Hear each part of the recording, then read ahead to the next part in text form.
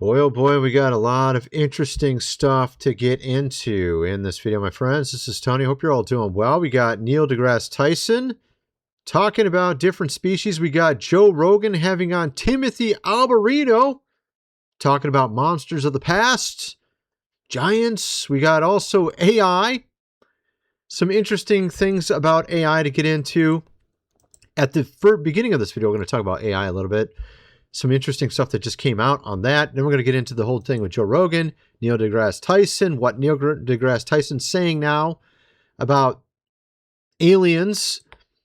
And then we got some other interesting stuff to get into, some various UFO sightings. We're going to get into more of Timothy Alberino, a couple clips from him.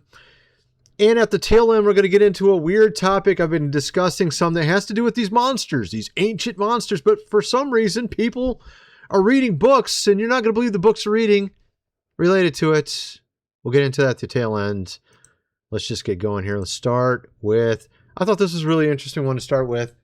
32 out of 35 students failed this professor's midterm using AI because he secretly hid some white font in his text on his assignment. Check this out. It's pretty interesting. Between two classes failed a portion of their midterm because they all used AI to generate their entire response. And apparently they didn't proofread it. Let me show y'all how I picked up on it. So this discussion post was a portion of my students' midterm, and if you look, it looks normal, right? But if you copy and paste this and look closely, in white ink I placed the word Madagascar somewhere in the response in a way that makes no sense. But if you uncopy and paste it, you can't see it. So obviously he put this secret text in there because they were going to just copy and paste it into an AI to get a response. It goes on to say that they didn't even proofread their own report that they submitted. Okay. And it ended up 32 out of 35 of them had some weird mention of Madagascar in their response to his midterm. And they didn't even proofread their own answer from the AI. They're so lazy, they didn't even read it. Okay. And apparently, I think he ended up failing them all on 32 out of 35 on this one question on the midterm. Pretty clever, man. Pretty freaking clever. And it is pretty sad that people are just so lazy now. They just put it into AI, don't even read it after they're done. Just submit it to their teacher and expect to get a good grade. I'm guessing a lot of other teachers are going to be doing the exact same thing he did there. We have our president coming out. And by the way, I hope you saw that clip. I don't know if there's copyright on music. Hopefully there isn't. At any rate, so then we got this clip from our president. This just came out like hours ago. And he's talking about these AI centers, saying we need them, which I don't really agree with him on that. But he goes on to say they're going to be producing more energy than they consume. Well, I'd like to see that happen. You can say it all you like, but it hasn't been happening yet, right? Let's just see what he has to say here. Administration's Ratepayer Protection Plan. The American innovators and consumers thrive to win together because we're insisting that AI data centers and big tech companies pay their own way. And that's what they're doing. And they're happy to do it because... Yeah, well, if they could do it, can they do it? That's a good question, considering the fact that right now they're in a circular market with NVIDIA. NVIDIA gives them money, and then they buy NVIDIA's chips. This isn't really a legit economy whatsoever in the AI field, particularly their marketplace right now. He's saying that they're going to start making their own energy. How are they going to do that? They're going to build power plants? If they build power plants, okay, great. They can build a power plant. I'd like to see that. My background is power plant technology as a mechanical engineer. They build power plants, I'll believe it. If they're not building power plants, how are they going to make more energy? See what I mean? What are they going to do? They're literally consuming all the energy. They're consuming all the water. They're making noise everywhere. As you can see with some of these videos, I think this is one of them right here. Yeah, this guy, where is this at? This is in our neighborhoods, a giant data center, 60 to 96 decibel hum. All right, let's hear what it sounds like. Go. It sounds like your computer on a megaphone, like just pumped out into society or something. Like if you just put your ear up, to your computer and had to listen to it nonstop, it sounds something like that probably. Obviously, that's horrible. I wouldn't want that in my neighborhood. They're building a data center. It's pretty far away from my house. I think it's at least 13 miles away, so I don't think I'm going to end up hearing anything. But yeah, I guess if you're right next door, it's going to be not a good experience whatsoever. And of course, our president's saying that we need these. Like you can't fight it. You have to go with it. What does that even mean? Like, I don't understand what he's talking about. Check this out. He says you have to go with it. Because you have to convince your community how great these things. You can't fight it. You have to go with it. Really? And you're going to have all that protection, and we're giving you So he ended up mentioning something about protections, like that they can't increase your water bill prices, your electrical bill prices. They're putting in all these protections for you and I. I agree with that part. That stuff's great, but I don't agree with we need to go along with it. I don't agree with, like, honestly, I would like to see them make some energy, some power. They're going to have to build power plants to do that. And I haven't seen any yet make any power plants. That'd be great if they did. At any rate, you get kind of the idea of what's going on with that. We're going to get into now Timothy Alberino on Joe Rogan. I'm going to show this weird sort of similarity between what Timothy Alberino is talking about and what Neil deGrasse Tyson was talking about. Completely different topics, allegedly. Oh, maybe. We'll get into that in a second. We got all these other weird sightings we're going to get into as well. First, I got to mention food supply, 25-year shelf life. Go check it out. Link is in the description. They got lots of options available. 6 months worth, 3 months worth, lots of different food options, water filtration, solar power, survival gear, whatever you need. Link is in the description. This book here, The Lost Ways. How your great-great-grandfather lived without electricity. You might need that one day. You see all the wonderful things happening around us. Wise to be prepared. Get this right here, the printed version, $37. And check out all my other links below. We're on X. We're doing awesome stuff over there. Let's get back to the video. So we have here an interesting little connection. They're now classifying AI centers as potentially military-based. Okay, that's a little strange, right? Military? You're going to be classifying these centers as military-based? A little strange. Our president said you have to go along with it. What's this all about? Something a little odd about that. Obviously, these things supposedly run the AI that you ask questions, right? I'm assuming that's what they're usually used for. Maybe not in all cases. Some of these AI centers might be used for other sort of operations, right? They have to do with AI that companies use or whatever. But why would you classify them that way, right? Also, at the same time, we have strange sightings over military bases. This is weird. Eglin Air Force Base in Florida. Here they're out flying, and look who shows up. Really strange.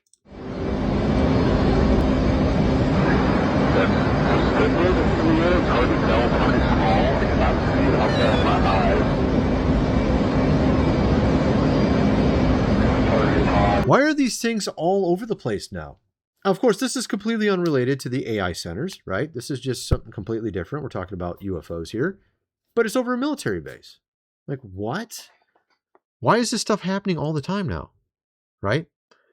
And then we have these clips. We're going to get into the Neil deGrasse Tyson one in here in a minute. He's talking about aliens. We got Neil deGrasse Tyson, and we got Timothy Alberino on Joe Rogan today. Now, this stuff doesn't all seem connected, but I do feel like there is a little bit of a connection here, right? You got Timothy Alberino talking about ancient legends, things like the Minotaur, maybe giants, things like this, right? Like, that doesn't sound like aliens at all. It's not related. Then you got Neil deGrasse Tyson talking about different species of aliens. You got different species of creatures in the ancient past, then you got different species of aliens today. Is there something going on here? Let's look at what Timothy Alberino's saying on Joe Rogan today. Do you think they're real? Do you think giants are real? 100%. Why would they keep that a secret? He says, I don't know. Why would they do that? Alberino, it affirms the myths and legends of every ancient culture across the globe. Legends of giants are universal all over the earth. If you study the mythology of giants all over the world, especially in ancient Near East, you will discover there was a cult of giants. This is kind of interesting. Let's just play a little bit of this. Right. Let's assume, or at least the Book of Enoch, or the Nephilim. Right. If we're talking about giants, like the thing about giants is like Native Americans have stories about red-headed giants. They talk about the same thing, about them having 6 fingers and 6 toes. They have these same myths. Like, how is it that people from the Middle East and people from North America have this same ancient story? Yeah. How do they get these same exact ancient legends? It's weird, right? It's like a weird string connecting them all together. We have also the stories from the conquistadors back in the 14, 15, and 1600s, going over to South America, talking to some of the people living there, ancient Mayan cultures, talking about how giants came from other countries over to South America. They had legends of these giants coming over. Of course, these ancient stories. And then you hear Neil deGrasse Tyson talking about there being different alien species. It's so interesting because you read these ancient books. It doesn't even matter which one you're referring to. Enoch, whatever it might be. Even books from the 1600s talking about this stuff. They're all talking about different species. Like there is a number of species. And you're like, of monsters and giants? And then you come up to today, and what are we talking about instead? We're talking about aliens in different species. Here you have Neil deGrasse Tyson talking about that. Here, let's play this really quick. I didn't come up with these. I stumbled on the fact that people who care about sightings, aliens, not UFO sightings, alien sightings, people who've said they've seen aliens. By the way, like I said, that whole exercise didn't reach the fever pitch until you had whistleblowers saying they've met aliens, right, under oath in Congress, and not the drunkards coming out of the bar at 2 a.m. Okay. So they divide into archetypes.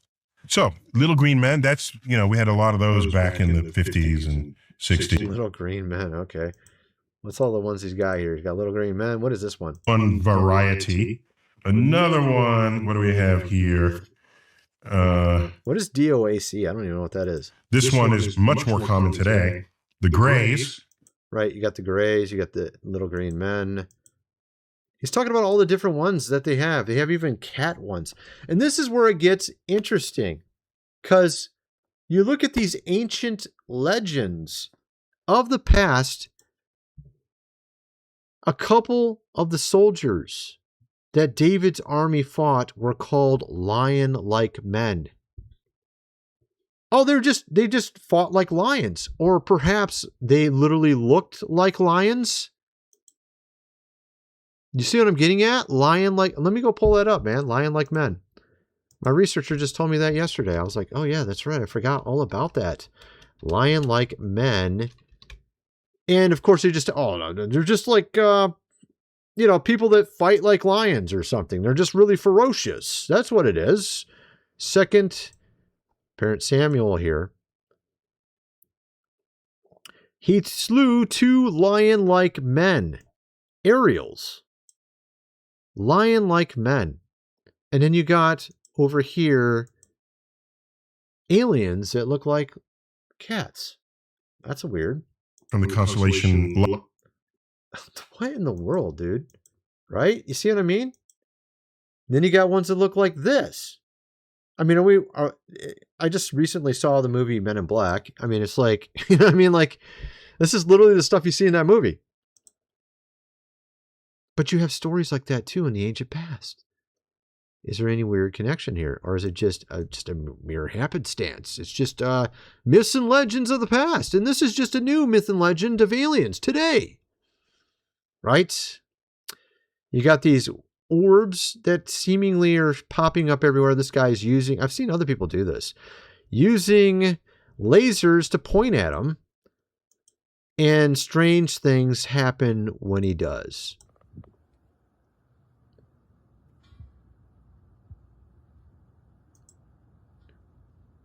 He starts pointing at these dots in the sky at nighttime, right? He's like, what is that? I'm just going to point at it. That one doesn't seem to really do anything. So he goes over to this other one and he points at this one next, and then a bunch of stuff starts happening when he does it. Watch what happens. Others start showing up. And it's not just like 3 or 4. It's like about 50. I don't know, maybe not 50, maybe 30. You start seeing them everywhere. They're just like glowing, popping up everywhere, even in the trees there. You see some weird stuff. Or is it just, are these just light, but I don't think it would be light bugs, right? They're all over the fucking place. They wouldn't show up on a camera that blurry from that far away, right? So it has to be something else. Look at that. It just keeps flashing lights everywhere. It's really weird. Am I seeing shit? It's like weird, man. You can see them in the trees even. They're like everywhere. He just starts flashing this laser at them, and then all of a sudden they just start glowing even more and more, and there's like even more of them. They show up everywhere. I don't think... It can't be light bugs. I mean, they would have to be like this big, right? Or more. It's so weird. I don't know what to make of this. This is so weird. Yeah, so, I mean, I've seen other videos like that too, people doing that. You have this interesting footage from 2007 to 2009. I've shown this before, where they actually had a very high, decently high quality video of a UFO, and you could actually see the occupants inside it. They zoomed in on the capsule at the top, and you literally see these beings sitting there. They, of course, enhanced the image to make it so you can see it better, but very interesting. And then you got also these high definition images of unidentified aerial anomalous phenomena. It's not even aerial, it's anomalous. Okay, phenomena in the ocean. Let's see if we can get on the screen better. There we go. What in the world? God, it looks like I'm watching a movie or something. You got another one here. Let's see if we can get on. I can't even get on the screen right. Maybe this one. There we go. A little bit better. Some weird pictures. Looks like something out of like, I'm thinking Godzilla or that movie Battleship or something. Just weird stuff in the ocean. Man, there's some weird stuff. What is that?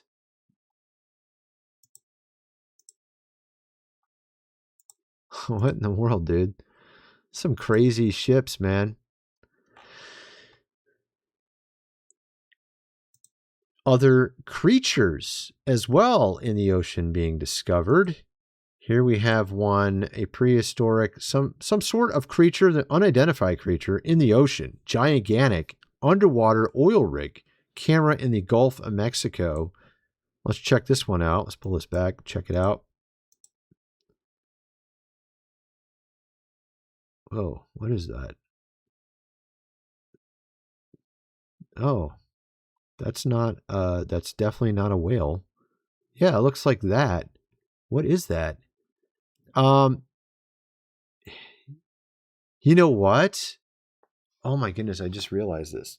Okay, so it says that Job was swallowed by a whale, but that's not what he was swallowed by. He was swallowed by a cetus. This actually looks like a cetus.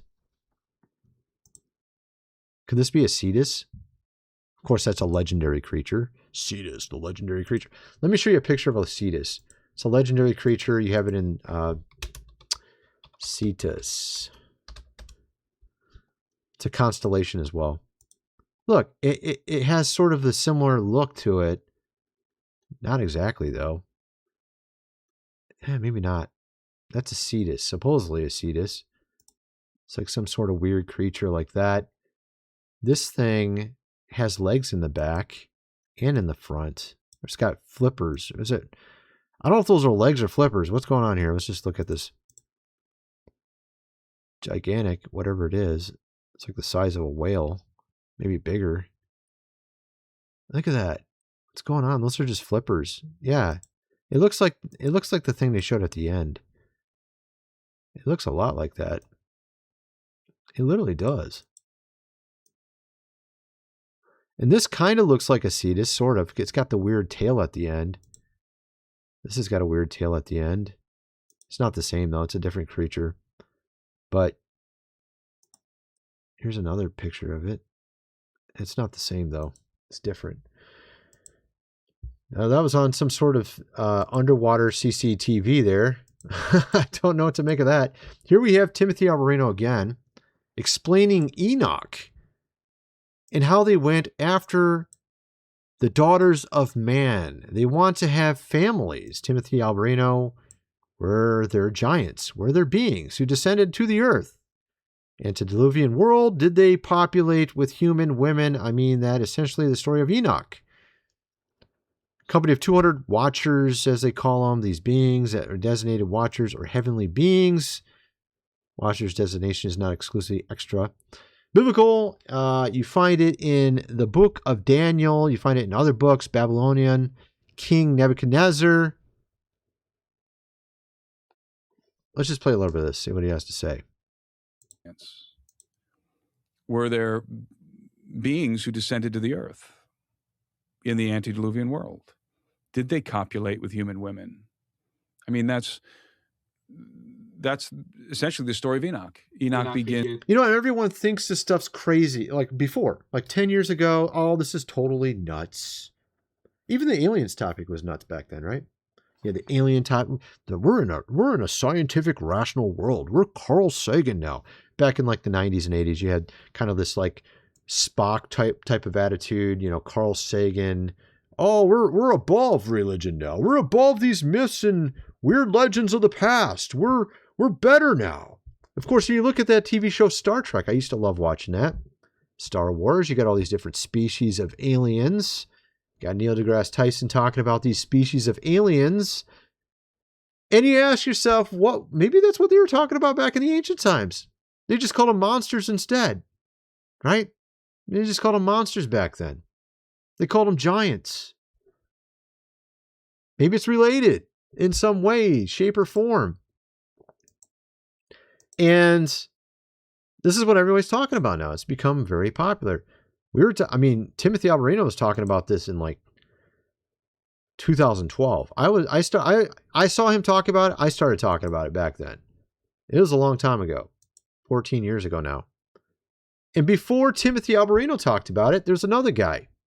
His channel was called Apocryphal 1972, I think.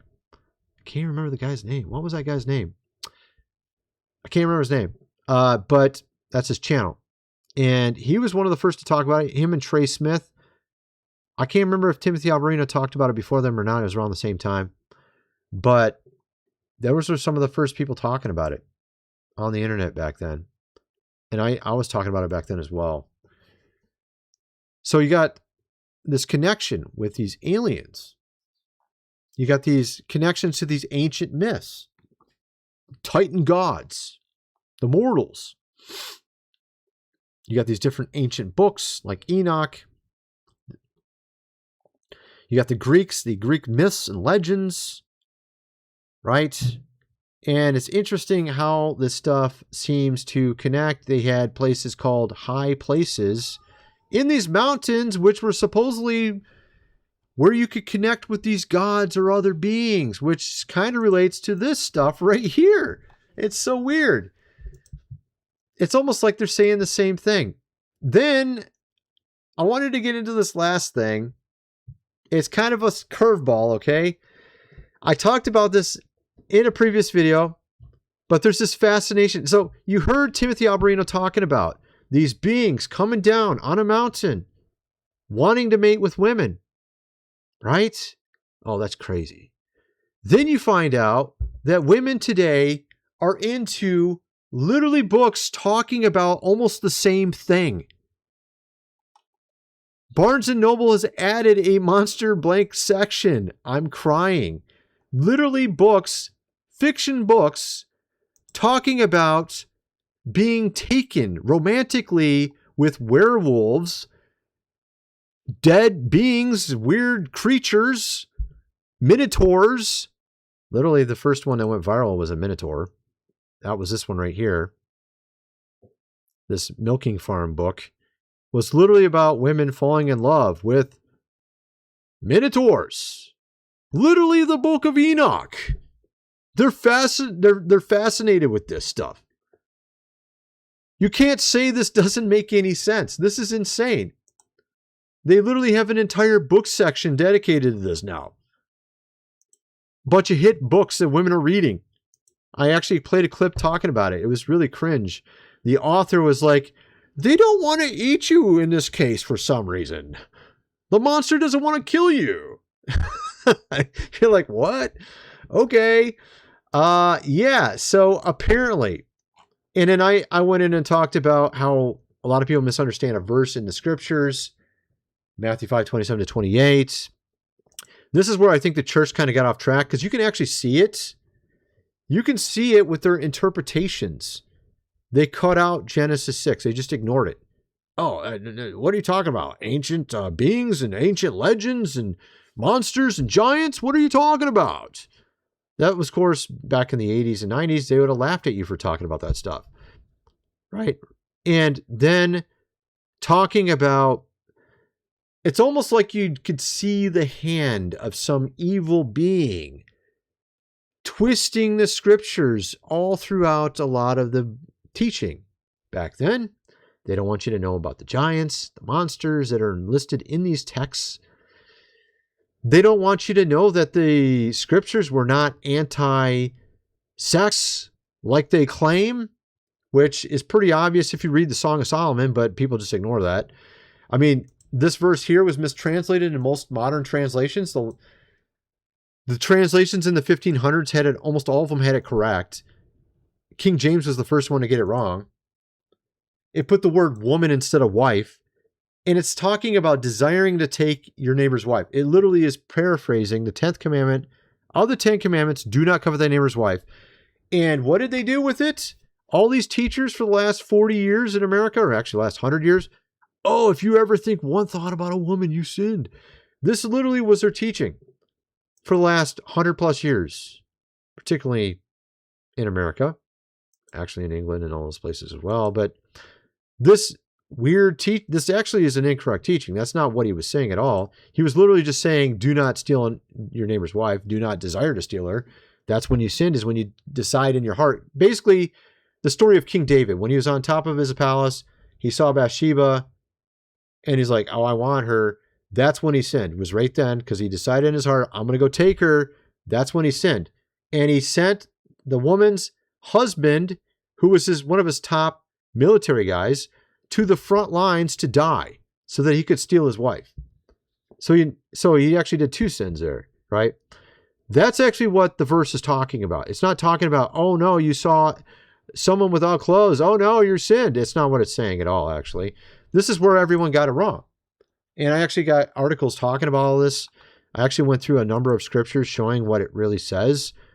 There's even ones on other topics that would surprise you that you probably got wrong too.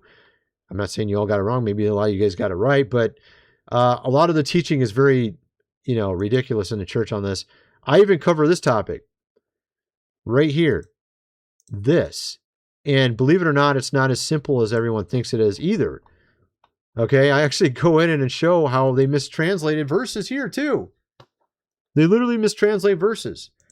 It doesn't say this word here. It actually says temple version instead. You can go see all my articles below. It's in the general link, like God Rules Links. There's like a God Rules Links link down below or something. Just click on that, and I have all my stuff listed there, and you have to scroll down a little ways. It's down a little ways, but you can find all my articles on this stuff. But I made these articles like 20 years ago.